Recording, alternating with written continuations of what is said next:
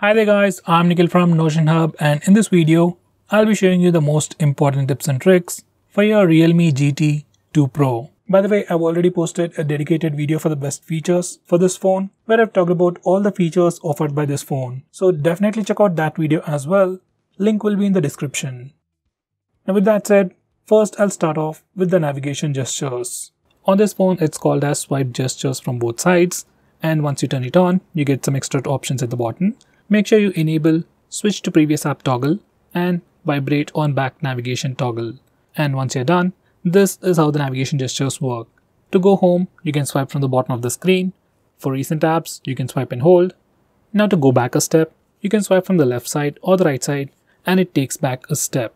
For Google Assistant, you can swipe from the bottom left corner or bottom right corner diagonally to trigger Google Assistant.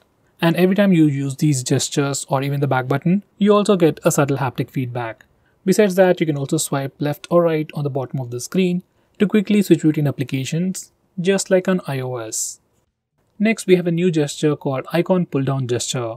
Now once you enable this feature, on your home screen, you can swipe diagonally on the left side or right side to quickly pull down all the icons near your finger. It's just a quick and easy way to reach out applications just with a single finger. Next, we have swipe down gesture on the home screen. By default, it is set to search or global search. Once you do a swipe down gesture, you can search for application names or even contacts directly from your home screen. I personally suggest you to change it to notification drawer. Once you do that, you can do a swipe down gesture to pull down the notification bar, which I think is much more helpful. Next, we have dark mode. You can enable it from the notification toggles or directly from the display settings. And once you enable the dark mode, all the system UI elements change to dark mode. Even some of the stock applications like phone dialer, messaging application also change to dark mode, and even some Google applications like Play Store or YouTube switch to the dark mode automatically. Dark mode helps your phone look much more cooler, helps you save some battery, and puts less strain on your eyes at night. Next, we have always on display. Now, just like the name suggests, it's a feature that puts a clock on your lock screen all the time. Now here's a quick preview. From settings, you can also change the clock styles, and you can also schedule it to automatically turn on and turn off at a specific time to save a little bit of battery. Next, I'm going to show you different ways to take a screenshot on this phone. So first, we have the normal way where we can use the buttons. Just press the volume down and power button both at the same time to take a screenshot.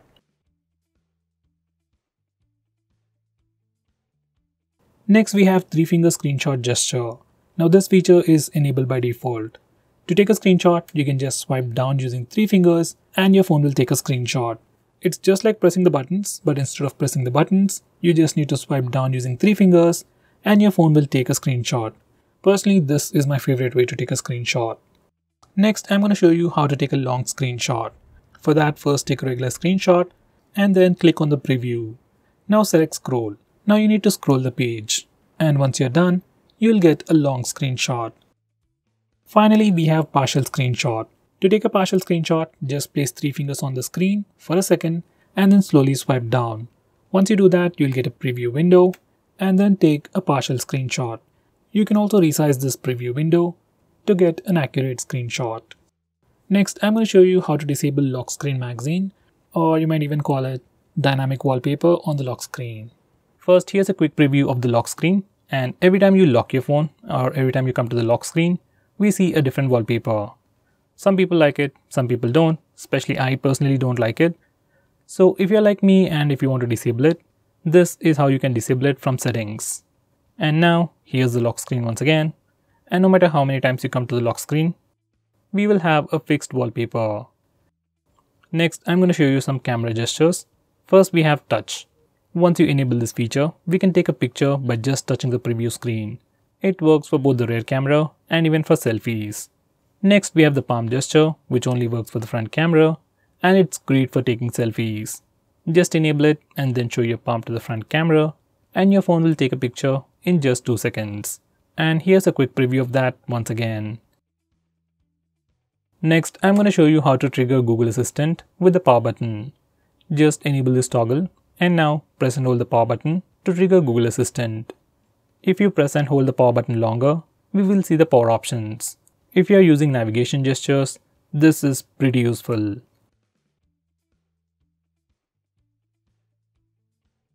Next, we have some important screen off gestures. We have things like double tap to wake. We can also draw a note to open the camera application. Next, we can draw a V to turn on the flash. We also have more like music controls and custom shortcuts. But most of the time, I just draw V to turn on the flash. And to turn it off, we can press the power button. Next, we have a pretty cool shortcut to start or open split screen mode. This feature is enabled by default. Just make sure this particular toggle is enabled, and if it is enabled, you can just swipe up using 3 fingers to open the current application in a split screen mode. Now this is an Oppo phone, it's not like other phones, so some of the applications will not support this feature. With that said, most of the applications, especially third-party applications, do support split screen mode. Next, I'm going to show you digital well-being. Now this is a feature from Google and you can find it in settings. This feature analyzes your phone's usage and gives you a complete report. It shows you how many times you've unlocked your phone, how many notifications you've got, how much time you're using your phone, and which apps you're using the most. So with all this information, you can know your usage and you can also limit your usage using this feature, which is a pretty cool thing. So let's say if you don't want to watch videos on YouTube for more than 1 hour in a day, we can put up such restrictions using this feature. Next, we have wind down. This is another feature from Google, which will help you sleep faster at night. Using this feature, we can schedule our phone to turn on grayscale mode and do not disturb mode automatically at a specific time. This is something I would definitely recommend you to try. Next, I'm going to show you how you can change your default apps. Whether you want to change your default launcher, default browser, or anything, for that we need to first go to settings. Once you're in settings, select app management, then select default apps. Now from this page, you can change your default launcher, default SMS application, browser, and so on. I would definitely recommend you to change your default browser to Google Chrome. Next, I'm going to show you how to display the battery percentage on the status bar. For that, go to settings, then select notification and status bar, and then enable this toggle. Once you do that, we can see the battery percentage on the status bar. In the same way, if you want to see the network usage on the status bar, enable this toggle. Next, I'm going to show you how to display the RAM information on the recent apps page. For that, go to settings, then select additional settings, and now enable this toggle. Once you do that, we can see the RAM or memory information in the recent apps page. Next, I'm going to show you how to record the screen on your phone. For that, first go to the toggles. And if you can't find the screen recording option, you need to click this button over here and search in the extra toggles. We have a dedicated toggle called Start Screen Recording. Just bring it up. And now we can start video recording just by using this toggle. Just click it and screen recording should start in 3 seconds. If your phone asks for any permissions, just grant them all. Next, I'm going to show you how to stop applications from automatically restarting in the background. For that, you need to first open Phone Manager. You can find it on the home screen or in your app drawer. Once you open it up, select Privacy Permissions, then select Startup Manager. Now from this page, we can start or stop applications from automatically restarting in the background. Personally, I'll enable this toggle for apps like Truecaller, WhatsApp, or Instagram, and disable it for everything else. So guys, these are the most important tips and tricks for your phone. If I missed out on anything important, do let me know by commenting below this video, and definitely check out my video on best features. Link will be in the description. Now with that said, if you're planning to buy this phone, please use the link in the description. It always helps the channel. If you want us to make any specific video, tweet out to us with the hashtag AskGreedyTech on Twitter and we will try to make it as soon as possible. I'm Nikhil from GreedyTech signing off. Have a nice day.